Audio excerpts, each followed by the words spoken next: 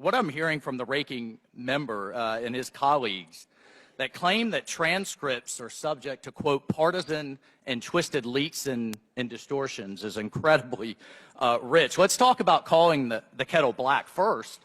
The country suffered through an entire impeachment proceeding of a president of the United States because of a false dossier in a SCIF, a compartmented facility where every hearing and every transcript started with, this is an unclassified proceeding, then to have it selectively leaked and lied to the American people, to the great damage to this nation, but then bring it to this committee because I'm new. I watched yesterday as committee Democrats continued to spin false narratives, several of which went out just yesterday as interviews were ongoing with Hunter Biden's art dealer, which is rich in and of itself, that Congressman Golden on the other side of the aisle went to the press during the interviews and spun a narrative while it was going on, but he conveniently omitted that 70% of the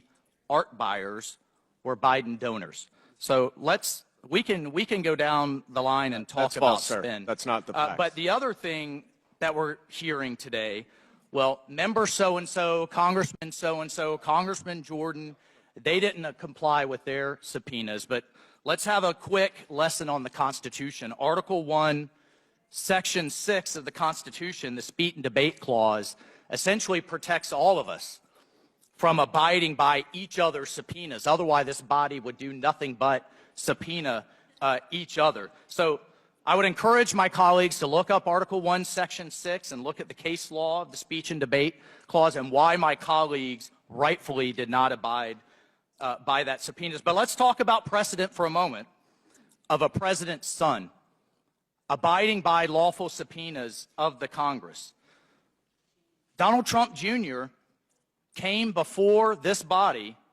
He came before the House Intelligence Committee. He came before the House Judiciary Committee. He came before the Senate Intelligence Committee twice. He came before the so-called Jan 6 Committee, all behind closed doors where lawyers can sit down, both sides of the aisle, and have a conversation, go through documents, all under oath, which is the precedent for any committee.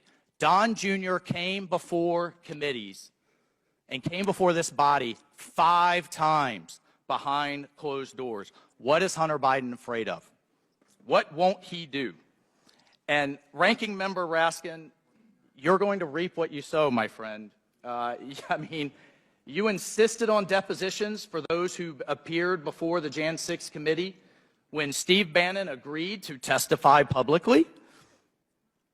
You argued, sir, that he should have to sit for a closed-door interview, just like every other witness. Quote, the way we have treated every single witness is the same.